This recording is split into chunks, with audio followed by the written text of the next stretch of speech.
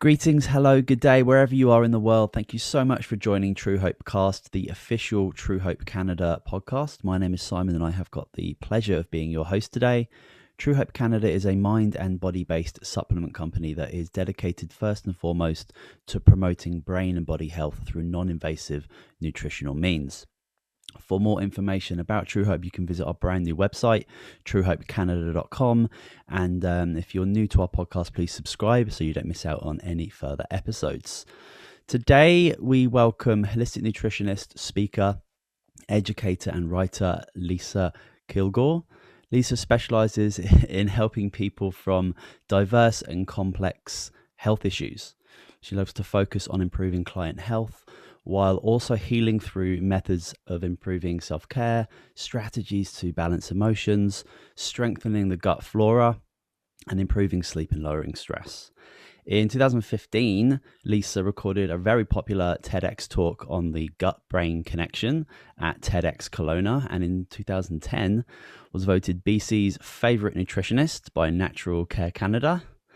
Lisa lives in the breathtaking BC Okanagan, surrounded by local healthy food and stunning scenery.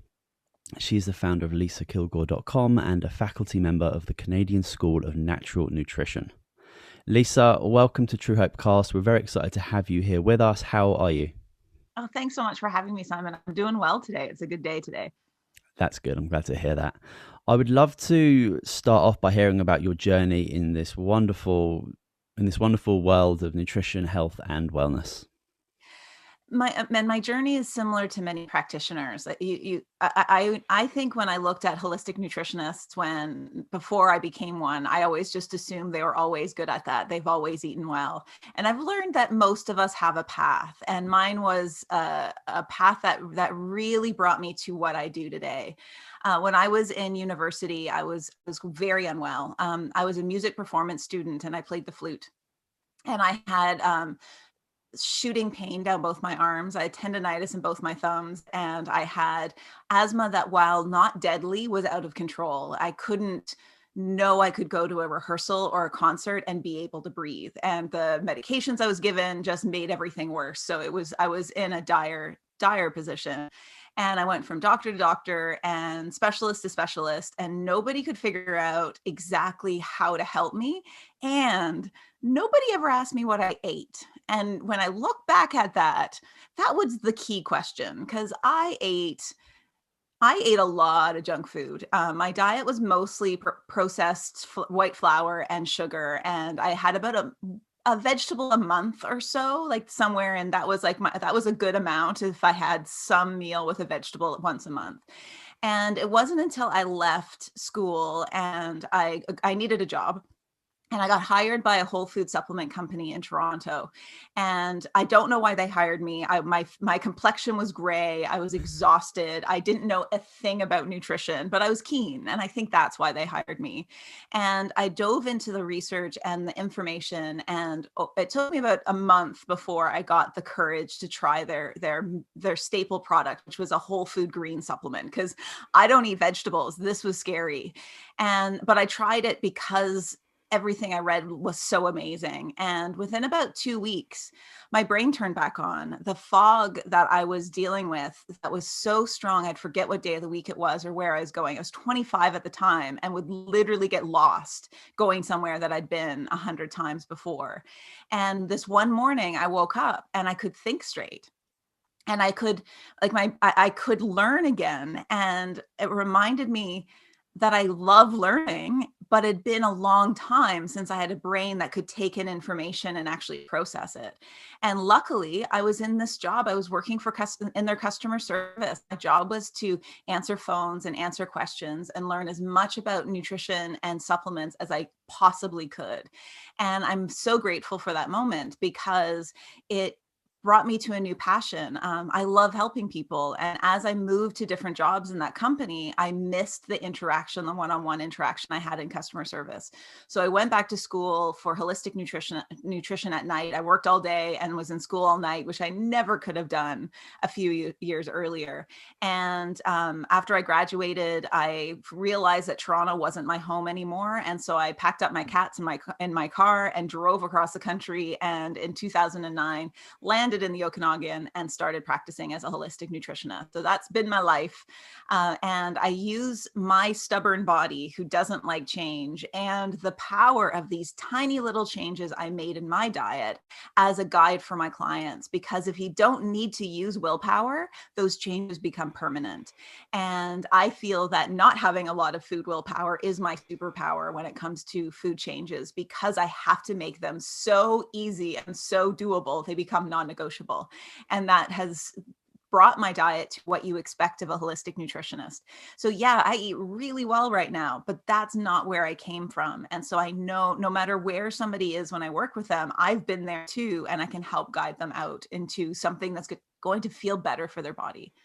Yeah, isn't it wild? I think so many of the stories we've heard on this podcast of people who are health practitioners or in the health game all start in a very, very similar position in regards to they never thought that they would end up where they are like 10, 20, 30 years later.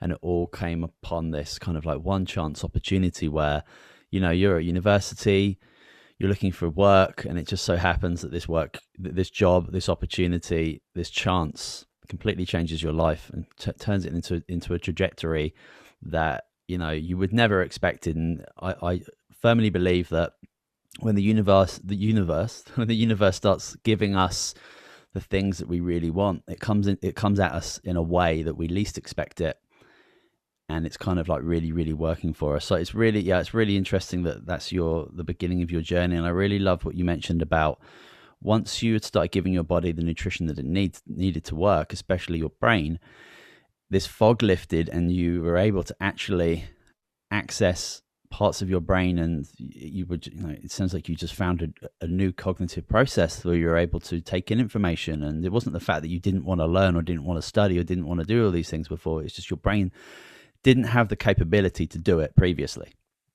Absolutely. And what I also learned is that I didn't need to shift my entire life to be able to have a brain that was working again. It was that first change that my body said, yes, thank you.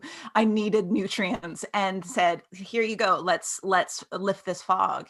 And every little change I made, I felt better. It wasn't long before the asthma that was out of control was in control, because it was an inflammatory issue from my terrible diet. But I can see the power when I work with my clients, how just nourishing the body, even just a little bit, your body says thank you with this huge change, or you feel better or something. Like, we're all just one little step away from feeling significantly better. We just need to find what that step was. I was lucky it was that first one, but I've seen this over and over and over again, where just a little step can make a huge difference. Absolutely. And it can look so different to so many different people depending on where they are in their journey. But yeah, as you say, just that little bit of nutrition, that little bit of something can really push somebody forward to, can really be the catalyst to people making further changes and having the ability to do them with, a little bit more courage. Yeah, that's wonderful. I'd love to jump into mental health right away. That's kind of what we're all about here at Truehope Canada. What are the common psychological symptoms that you see in your practice, and how do you go about planning the appropriate course of action?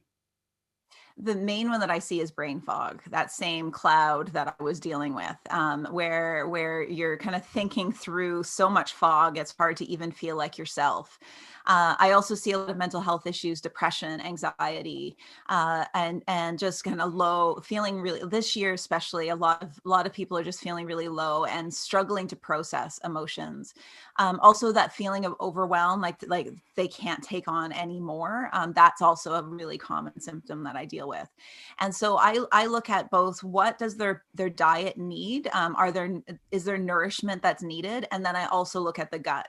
When somebody is either dealing with a big gut bacteria imbalance, therefore lots of digestive issues, and I specialize in digestive issues, or a lot of adrenal fatigue, their body and their stress reaction is just exhausted. That creates so much brain fog that as soon as I hear those symptoms, I say to them, I don't expect you to remember anything from this session. I'm going to email this all to you afterwards. And the sigh of relief that they have, they're like, oh, you get it. I'm like, yeah, I've been there. And so I don't want you to use the mental process that you're struggling with already to remember things that I can just send you. So to just be here in this conversation, and it doesn't take long before their fog starts lifting as well. And when we shift the gut bacteria, when we get the digestive system working better, and or we support the adrenals, the fog lifts for them too.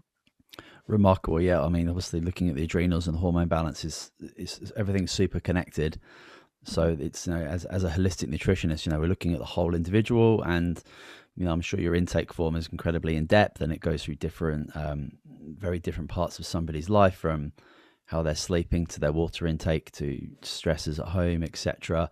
And yeah, that's such an important part of the process, to be able to have that time with a practitioner who is there, who's present, is really asking those key questions. And it kind of takes me back in my mind to when you're talking about when you initially had some health issues at university, and you were never asked about your diet, and you were probably never asked about anything other than the symptoms that you're experiencing, when that doesn't paint the whole picture. Absolutely. Nobody asked me what I ate. Nobody asked me about the stress level in my life. When I was a performance music student in an incredibly competitive place, and I was being bullied by conductors. And like, when I look back at 25-year-old Lisa, I have so much compassion for what I went through. And at the time, I didn't realize any of it was connected. And a lot of my clients don't realize their digestive issues is desperately connected to that brain fog, that one is creating the other. And as soon as we connect them, they're like, oh, so I'm not crazy thinking I can't remember anything. I'm like, no, your gut is making it so you can't remember anything. And that's okay. We can fix this. Yeah, we've certainly created this kind of isolated reductionist idea of, I've got a headache, therefore the issue has to be in my head. I've got hip pain, the pain and the problem has to be in my hip. And it really takes some self-exploration and, assertive healthcare when it comes to taking personal responsibility for yourself, to really start diving in and talking with different practitioners to really potentially understand what the actual root of my condition might be. And of course, taking all of those things into consideration is just the big part of the puzzle, right? Mm-hmm. So I'd love to talk about your TEDx talk that I've seen it. I thought it was really cool. But for those people who've not seen it at the TEDx Kelowna, can you talk a little bit more about it? Give us maybe a little bit of an overview.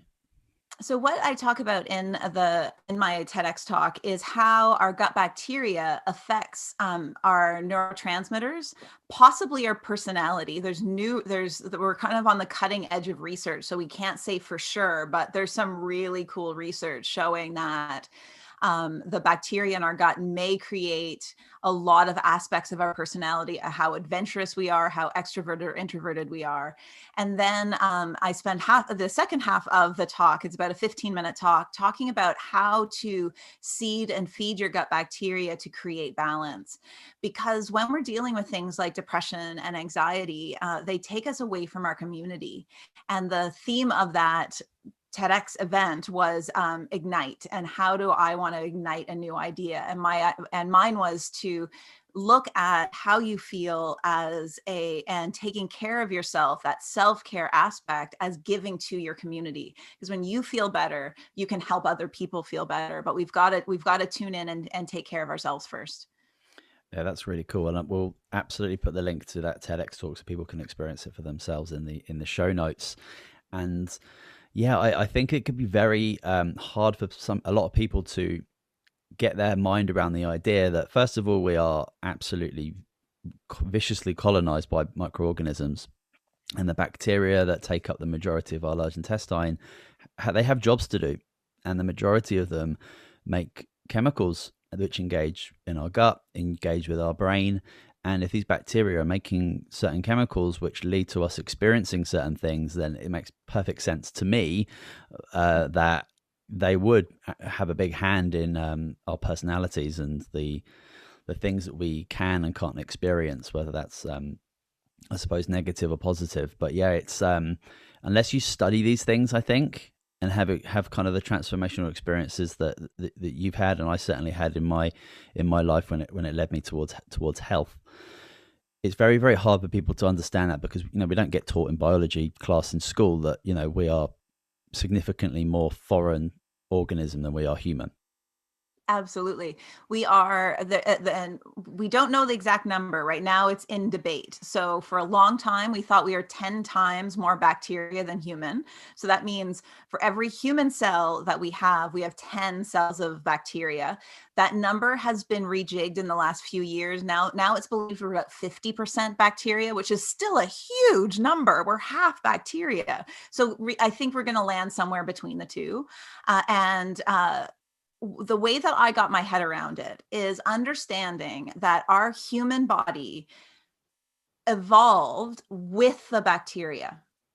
So the bacteria came into bodies of animals long before an immune system was created, a nervous system was created, and that bacteria in our gut wanted to stick around, and so took the reins of certain body systems to make sure that they get to stay where they are. And so our gut bacteria actually determines when our immune system functions and when it attacks and when it doesn't attack. It modulates our immune system. And the reason for that is it's a foreign cell. And if it didn't tell the immune system when to attack, the immune system would attack it. And so it took over the reins of modulation. It also needs to be fed. And so it plays a role in our nervous system, our vagus nerve, and our taste buds to make sure we're feeding this colony what it likes to be fed. Because if we don't feed it the foods it likes, it starves. So if a long while back, millennia or millions of years ago, the gut bacteria created connections, and we believe they actually can change our taste and what we like and what we don't like. Our body evolved having a large amount of neurons or brain cells around our gut because digestion is so complex and our bacteria is there. So our gut bacteria plays a role in a lot of the neurotransmitters like serotonin and dopamine, which actually are more made in our gut than they're made in our brain. And there's preliminary research, early research that shows that our gut bacteria plays a role in asking the cells to make those neurotransmitters. So the next frontier, many health professionals are looking at the next frontier of our mental health research is going to be completely in our gut. This was like front page of the New York Times a few years ago. And so there's a lot we still need to know. There's a lot we don't understand. And our current method of research, the placebo-controlled double-blind study, doesn't work with a colony like our bacteria. So this research is going to be slow. It's going to take time for us to fully understand it. But there's a lot of great research areas like the American Gut Project, the British Gut Project, where they're taking stool samples from the public, thousands and thousands of stool samples, and starting to understand what makes a good colony and what makes an out of balance colony. And so we're starting to get that information, but it's never going to be a 1 + 1 = 2 kind of answer. I can't just say do this and then that and your gut bacteria is going to be perfect. We're creating a rainforest, and so we need to understand how do we support this ecosystem that's in our gut. Yeah, and it's so wonderful that the science is, the way science is done is changing a little bit in regards to the mind and the gut, because as we said before, we would have, if you have a headache or something psychological going on, you go and visit maybe a neurologist after you visit your GP or something. But now, with the understanding that the gut and the brain are so interconnected, we're seeing these singular modalities having to cooperate and communicate. So you've got neurologists having to speak with gastroenterologists and endocrinologists, which is a really unique thing to happen in the conventional medical system, is for these different communities to start cooperating and communicating and sharing research and thinking, yeah, okay, well, what's happening in my head is affecting my gut, and vice versa. It's a really wonderful thing, and it's long overdue, that's for sure. Could you maybe give us just for those people who aren't super familiar with the idea that we have lots of different bacteria, viruses, fungi living synergistically in us, we take a little step back in regards to how do we get those bacteria from birth? You know, like how are they in us? How do they colonize? What are the things that maybe change on the way? Do you think you could jump into that for me? Absolutely. So when we are, it's believed when we are inside our mom before we're born that we are sterile. That there's currently a question of that, but let's assume that's still correct. And when we go through the birth canal, our skin gets covered in the bacteria from the vaginal canal of our mom, and that's such an important colonization that our mother's body changes those that ecosystem in the third trimester just to make sure that it's the right bacteria colonizing their baby. Also in the third trimester, the mother's immune system comes into the gut, pulls out certain strains of bacteria, brings them through the bloodstream, and deposits them in the breast tissue.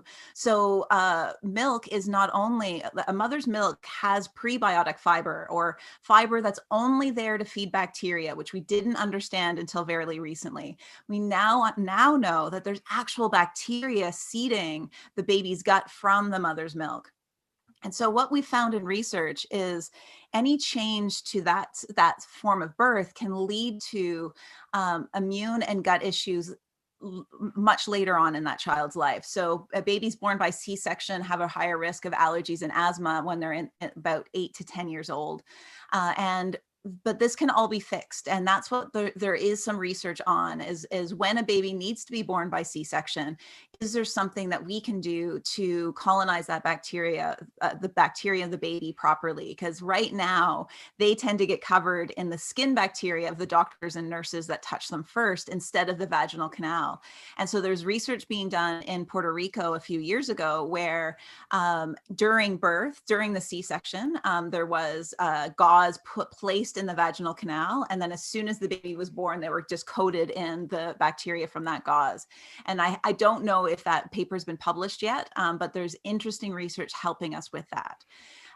As we, in those first few years, we are taking in mother's milk that has some bacteria and that prebiotic fiber. And we're also being passed from person to person, different people in our family, and their bacteria helps colonize our gut. And by the time we're about 3 to 5 years old, we have an adult style colony. And that colony is unique to that person, but also to the family. You can tell who people live with through stool samples just from the types of bacteria in their gut.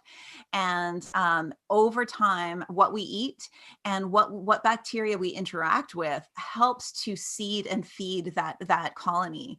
Our life, though, right now in the first world, all first world countries don't support our gut bacteria very well, and therefore there's connections leading to higher rates of allergy, asthma, and autoimmune conditions, all due to a weak and underpopulated gut bacteria. So that's what I help fix with my clients, is that we want to kind of create what would have happened if we still interacted with a ton of bacteria in the day while still living in a place with, clean water and good sanitation, because I'm not willing to give up that right now. And what we need to do instead is to create daily habits, weekly habits that help feed and seed that gut bacteria.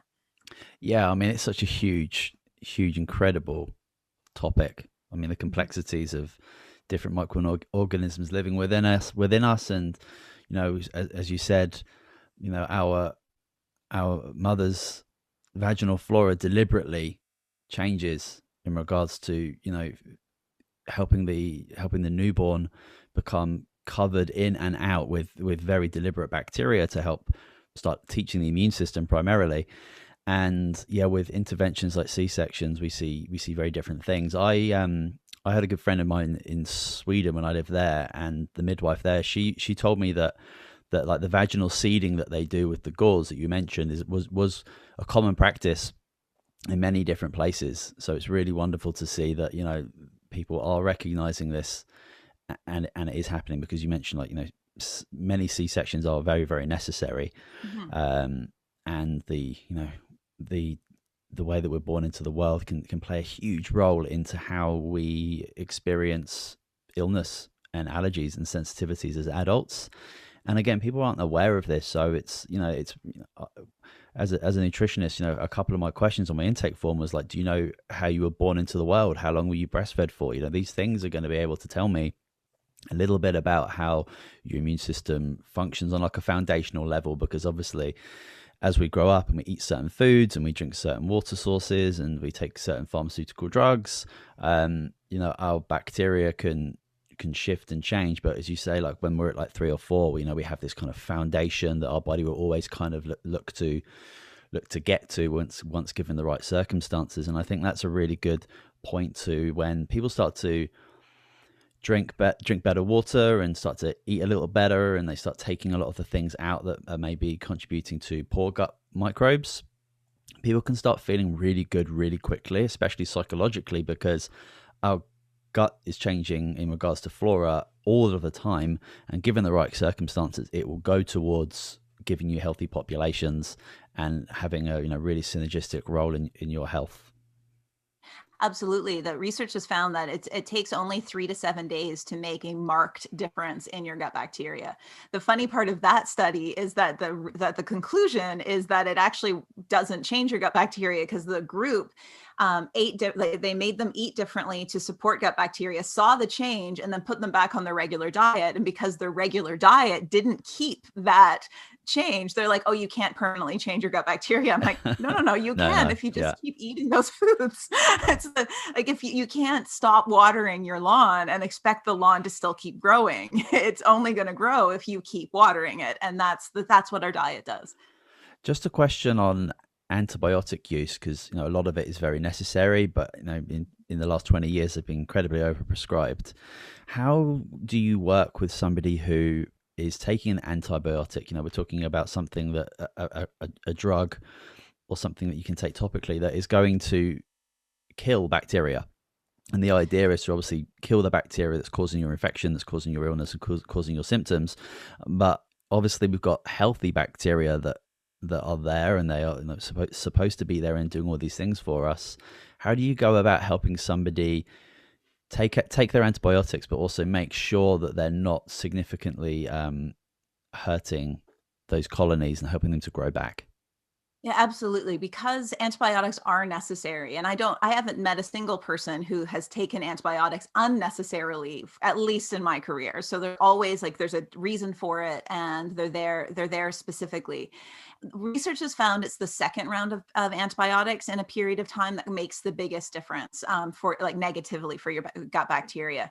So I like to calm people down and say one round of antibiotics is going to change things, but not desperately. And I work with them. So during the antibiotics, if they're dealing with any digestive symptoms, then I bring in a probiotic that is a fungal-based probiotic. So it's not even a probiotics, pro-fungus. It's so it doesn't get killed off by the antibiotics. It's called Espulardi, and Espulardi, you can take it in exactly the same time as the antibiotics, and has been researchly proven to lower digestive issues that come from the antibiotics, because at least you're creating you're putting something in to take up the space when everything gets killed off, because otherwise other yeasts and fungus and parasites can take over. And then I put them on a probiotic regime along with fermented foods and good, healthy plant-based fibers. And then we can create that shift. The truth is that it's not from rounds of antibiotics, unless they're chronic rounds, that cause the biggest issues with people in their gut. It's the antibiotic residue that is and was in our food that we're eating small amounts in every day, that play as big of a role in our gut bacteria as a couple rounds of antibiotics. Until fairly recently, we had antibiotic residue in our red meat. We have it in our farm salmon. We have it in a lot of fish, actually. And even just drinking water with the chlorine still in it can cause just this mild, everyday kind of hit. So just even using a carbon filter, but even better, like a Berkey filter, where we're really taking out some good stuff or some bad stuff out of the water, and making sure that your animal protein isn't coming from these sources where they use antibiotics to fatten up the animals. it's not surprising that when we have antibiotics regularly, it also fattens us up. And research has found that there is a correlation between a low diversity in your gut bacteria and a slower metabolism. And actually what they found is that when your gut bacteria diversity is low, you actually extract more energy out of your food for some reason. We don't quite know why. And that leads to the higher rates of obesity with lower strains of bacteria. Yeah, wow. I mean, and it's really interesting that there are these kind of like hidden occult um, foods that we're consuming day in, day out that, as you say, little hits of antibiotics that, if somebody's not really aware of, maybe how they're feeling and their symptoms, changing your food and changing its source and becoming a little bit more aware and responsible about where your food is coming from, and maybe selecting different foods on that is, rather than damaging your gut bacteria, gut lining, etc., you're actually allowing these good bacteria to proliferate and do these good things for us. Absolutely, because we want to. It's not hard to support your gut bacteria. We just need to be aware of when are we killing it off unintentionally, and how are we feeding it every day. And so looking at your water and your animal protein sources, and if it's in your budget to shift those, wonderful. And getting chlorine out of your water, if you don't have the budget for even a carbon filter, leaving it on your counter overnight is enough to get rid of that chlorine. And then we want to seed and feed and fertilize our gut bacteria. And it's just, I like to think of it, because it's so abstract, I like to think of it as a lawn. So if you take antibiotics, it's like pulling out all that grass, and now it's just a pile of, like, a handful of weeds, but it's just a mess. So sometimes we need to do a bit of weeding. Bringing in an antimicrobial like oregano oil or colloidal silver can get rid of things that might have overgrown. But the most important thing is we need to throw in some good seeds, like a probiotic supplement when necessary. But that's just a seed. You can't only do a probiotic and expect things to shift. You also need to water and fertilize that grass. And so the water I think of as plant-based fibers, fruits and vegetables, nuts, seeds, and beans. The more different fibers, the research has found, the more different the fiber you take in, the happier your gut bacteria and the more diverse it becomes. And then fermented food, that's like Miracle Grow. That's like the best fertilizer you can put on your gut. And 1 or 2 servings of any fermented food, properly fermented food, per day makes a huge difference. And for my gut that had been sugar for a long time, that didn't start off in a good balance, it was fermented foods that finally got it shifting to a healthier state. Because our gut always wants to go back to what it was when we were a kid, and mine wasn't balanced as a kid. And so I had to create a new colony, and fermented foods helped me do that. That's really cool. And yeah, just to continue on fermented foods, because if you kind of look at every other culture apart from our Western one, there would be really, really great sources of different fermented foods that have, are considered probably ancient in regards to how long they've been used for and how they've been used deliberately to obtain health. Can you give us a few examples? I think people maybe are familiar with kombucha, and sometimes I see somebody consuming like a liter of kombucha in like a lunchtime meal, and I'm kind of a bit concerned for that person's gut, because that's a big hit. Can you talk a little bit about some of those fermented foods that you like to implement? And I think talking about the portions of those fermented foods is important to touch on as well. Absolutely. And you're right. Every single traditional culture has a fermented food. We don't have one in North America because we don't really have a traditional culture, but we've also haven't needed them for 100 years because we don't need to store fruits and vegetables in that way. As soon as we started canning, we stopped fermenting properly. We pickle, but we don't always ferment. And so fermented foods like fermented vegetables, sauerkraut is a common one, but you can ferment any vegetable, beets, carrots, all of that good stuff. You can buy fermented vegetables. You just are looking for an unpasteurized version, and they're always going to be in the fridge. But you can find these in mainstream grocery stores just in the healthy section today. Like, they're really easy to find. Properly done yogurts where it says active bacterial cultures on it and only a handful of ingredients. There's a lot of yogurts that are just kind of candy with some bacteria thrown in. My general recommendation with your yogurt is if it actually is selling you on a probiotic, it's not a good one. That's one that they've put in, usually bifidus animalis, because it can survive the high heat processing they're putting the yogurt through. I find the better yogurts are ones that don't talk about themselves. They're usually either found in a health food store or found around the edges of the yogurt aisle. Like they're quiet and unassuming, and they say active bacteria cultures in the ingredients and only 4 or 5 ingredients. That's a really good yogurt. To up your game in a fermented milk, it would be kefir or kefir. I'm not sure exactly how it's pronounced. Everybody does it differently, and it's a fermented milk. It tastes a lot like yogurt, but it has it has a more variety of strains and more bacteria. And research has found that kefir is the best at changing your gut bacteria. I use this for anybody who has like Crohn's, colitis, or just simply can't tolerate probiotics. There's a lot of people out there that can't tolerate them, and so I'll start with kefir if they tolerate dairy. The fermented teas like kombucha, they're great, but they don't have any fiber in them, and so therefore I don't feel they shift the gut bacteria as great. And you do want to cut your amount. You don't want to be drinking a liter at a time. And then there's the fermented soys like tempeh and miso and natto. Natto is unbelievable powerhouse when it comes to vitamin K2 and all these other good things. But if you didn't grow up with natto, don't start with it. It's not like it's slimy soybeans. I've never had it and I don't want to have it. And our first in Western Europe, the very first fermented food was beer, and it provided the B vitamins that were missing in the newly agricultural life. And so that's why these traditional cultures have always had a fermented food, because they provide mostly B vitamins that are just lower or hard to digest in our current diet. And so just bringing in a couple forkfuls of sauerkraut, like a quarter to a half a cup of kefir,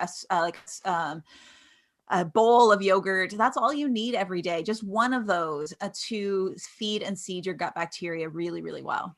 Would you when you consider bringing in ferments, do you consider them more of like a supplement or like a meal? They're an accompaniment to a meal. They're like a condiment, not a meal. So some people will sit and eat an entire jar of sauerkraut, or my partner will do this with kimchi. I'll just find him in the kitchen with the kimchi open, and he's like, this is so good. And I like to follow cravings. I like to I like to encourage people when something feels that good to keep doing it, but you don't need that much. And sometimes can cause digestive distress if you eat that much. But a couple forkfuls, like if you look at how sauerkraut is generally used, it's used as this like a little addition on top of the meal. Or if we're looking at yogurt in Greece, it's like Greek yogurt, that really thick stuff is used a couple spoonfuls on the plate as like a dip or a condiment. We don't need enormous amounts. You don't need to be guzzling a liter of kombucha every day. It's just getting that little bit every day is really key.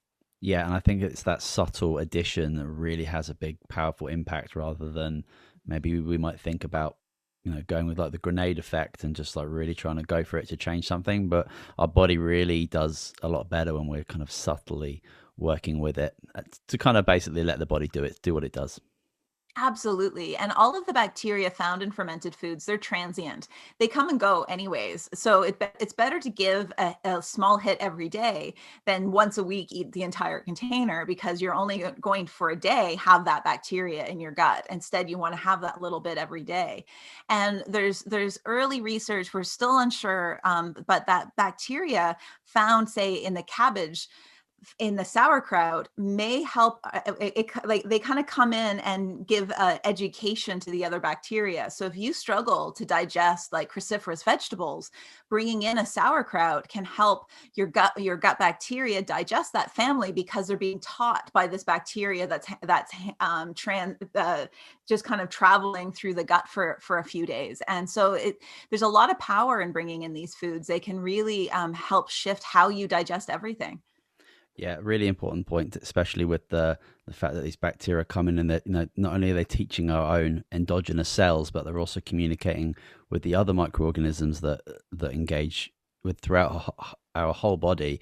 And it's not just the function and the kind of matter that they have. They come with a significant energy and a frequency, which is just all information. And at a genetic level, if we're going on the fact that we are 1 to 5 or 1 to 10, however you want to look at it, human cell to microorganism, we've got a significant amount of genetic material residing in those foreign organisms as well. And that is a significant place to look at, because it's those genetics that really engage with each other. And we've evolved with them kind of forever. And you can kind of look back throughout our whole human history and animal history of how these organisms have engaged with us. And then you can also look at the soil as well, and how if you take the microorganisms and other small elements out of the soil, it just does not grow as good. And it's a big problem that we have within agriculture. And the fact that our food is depleted is because everything that it needs to really thrive, just like your gut bacteria and the whole digestive system, if you take little pieces out, things are going to break down, and you're going to issues are going to arise at some point. Absolutely. Our body does not function properly. No animal's body functions properly without this bacteria. Our soil doesn't function properly.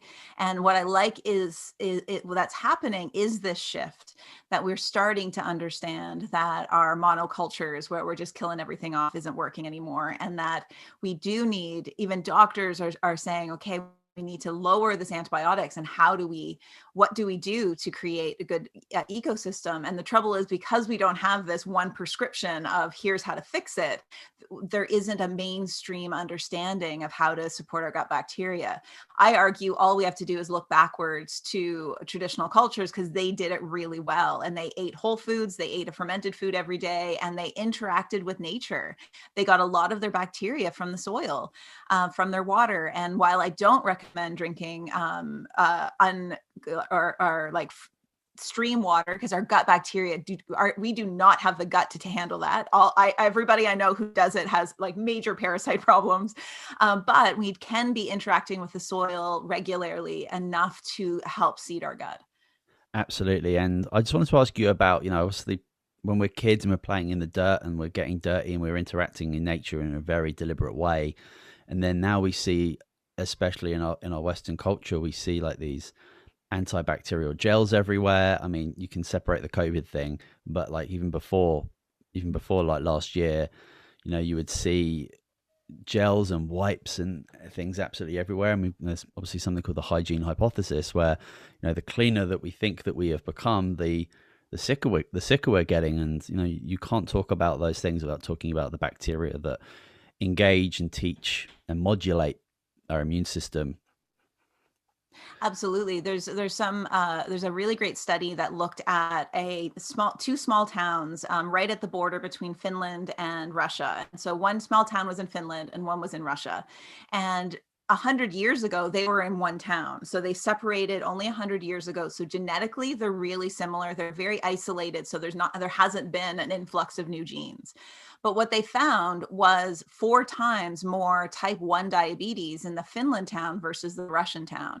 Type 1 diabetes is an autoimmune condition that usually happens in childhood. And we are seeing in the westernized world higher rates with every generation of type 1 diabetes. And this is such a difficult condition to deal with. We want to nip this in the bud. And they found that the researchers felt that it was the cleanliness of the life in Finland that was leading to this autoimmune condition.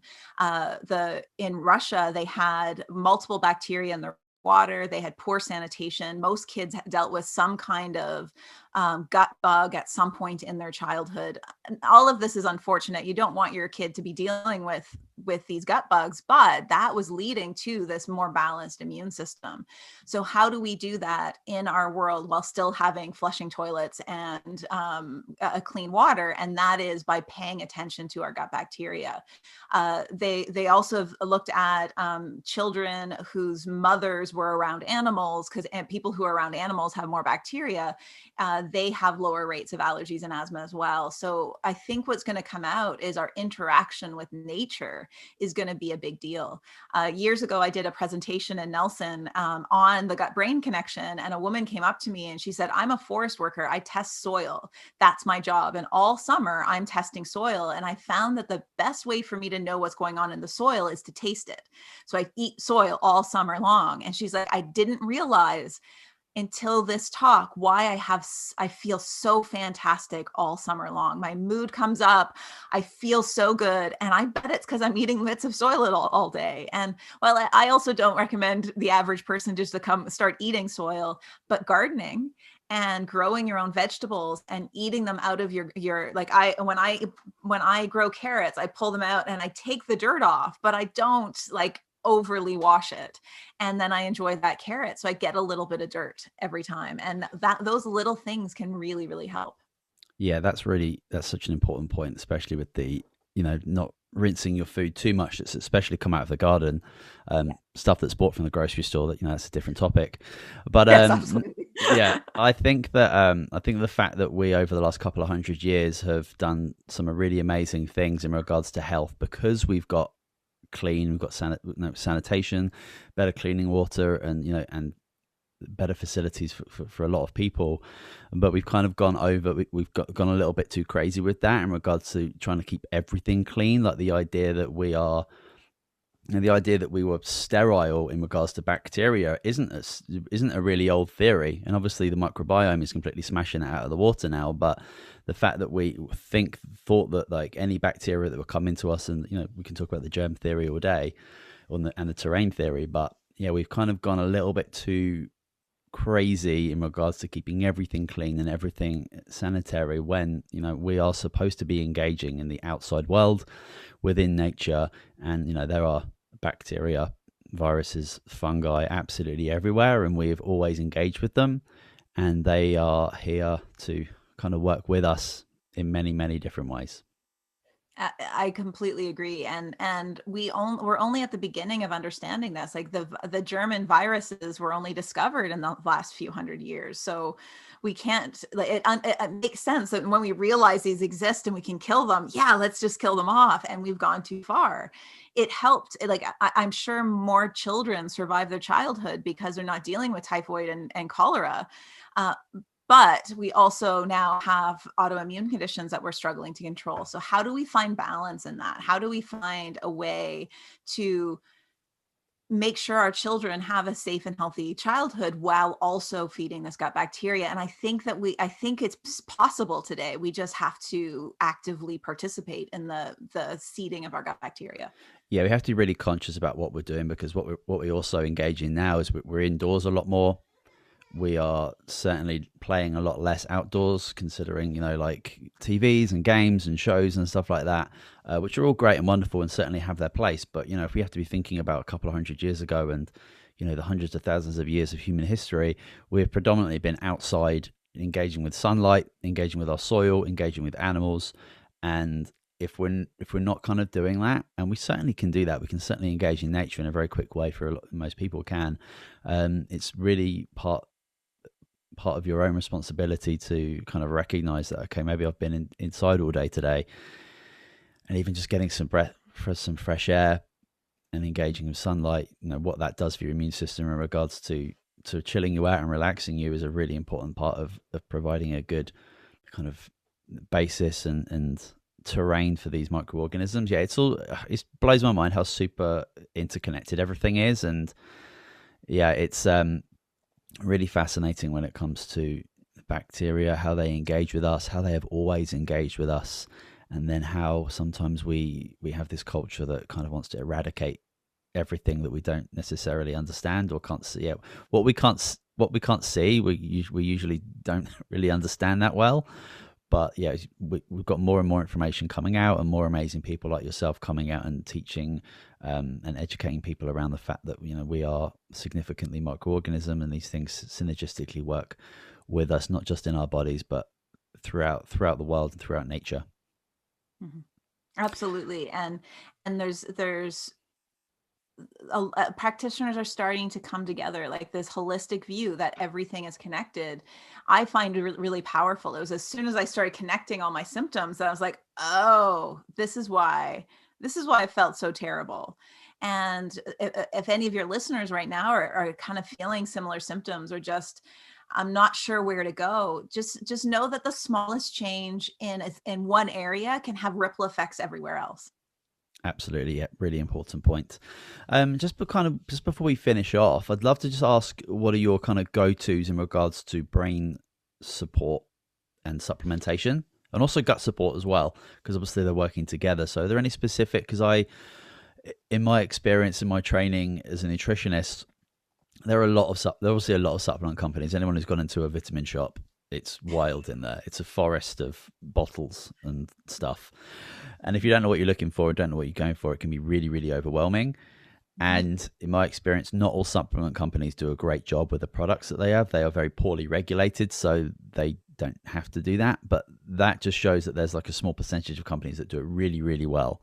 So can you talk about some of maybe the products and the brands that you like to use? Because I'm sure a lot of people out there would love to know where to start.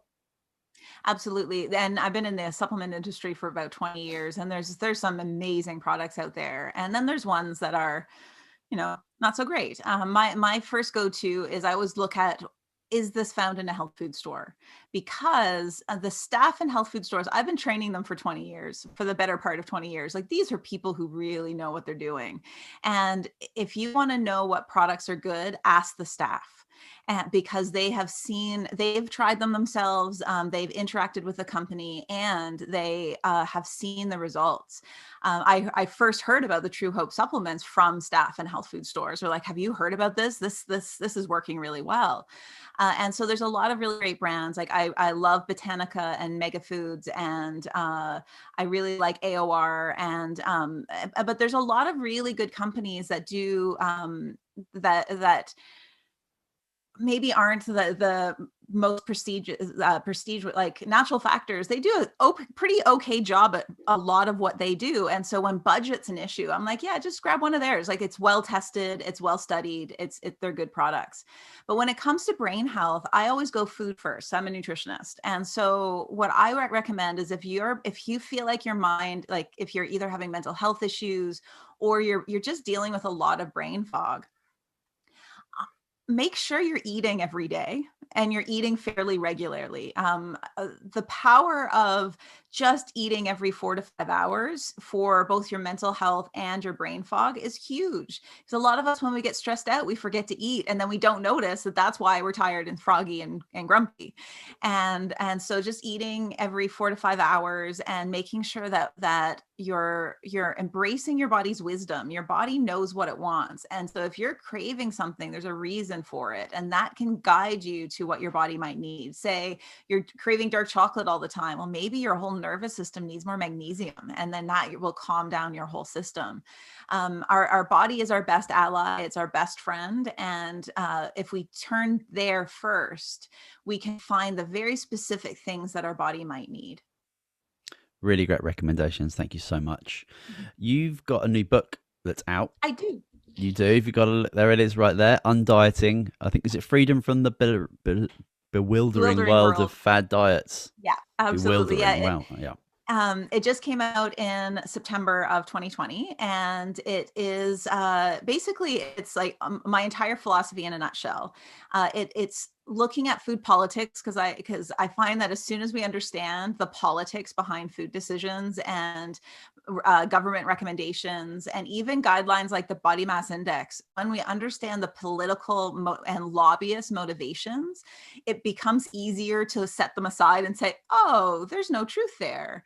And then it gets into how we can tune into our body and start to understand its symptoms as a guide to find what's going on. And so I have a chapter on cravings, I have a chapter on our digestive system, and I have a chapter on our adrenals, because those 3 spots are big guys when it comes to sending signals to help our body find balance.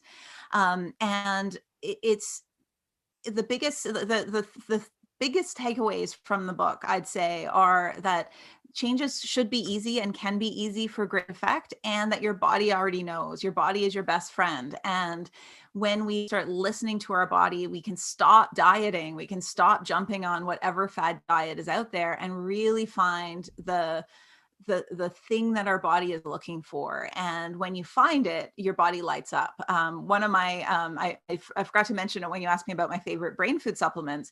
I take lion's mane every day. By Host Defense, and lion's mane is for brain health. And I take it every day because within a few days, I notice like my brain turning on and like feeling like, wow, this is working. And there's great research on it, but I recommend for everybody to use what feels good. And if you don't notice a difference, if you don't even notice just like, I enjoy this, stop doing it. It's not working for you. Our bodies get it. And we don't want to overwhelm our system with too much stuff.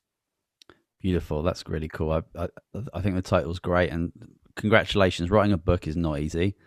It was a year ago right now that I was like just finishing it. I was 2 weeks to my deadline. That's amazing. Yeah, well done. Where can people get it? It's available at all online retailers. So it's on Chapters and Amazon. If you're in the US, it's listed in Target stores, so you can get it in Target. In Canada, it's in some Chapters, it's in some smaller booksellers, or they can order it in. And if you're in the Okanagan, it's at all Nature's Fair locations as well. And so it's basically everywhere you can find books. Either they carry it or they can order it in for you. Beautiful. I think what we're going to do here is I'm going to get a couple of copies off you, and we'll do a little giveaway to get that book out to some of our listeners, because even just the title and even just having this conversation with you, I think there's going to be a lot of wonderful information in there, because anything we can do to help people tackle the sometimes very bewildering world of even just change, it can be really overwhelming, but giving people kind of tips and tools and a little bit of a guide and support in doing that, I'm on board with that 100%. Great. Yeah, let's give some away. That would be great. And if you want to know more, if you're listening and you just want to learn more about the book, if you go to undieting.ca, it gives you a bit of an overview and also links to where you can buy it. Perfect. And how can people connect with you? My website is lisakilgour.com, or you can find me on Facebook or Instagram, Lisa Kilgour Nutritionist.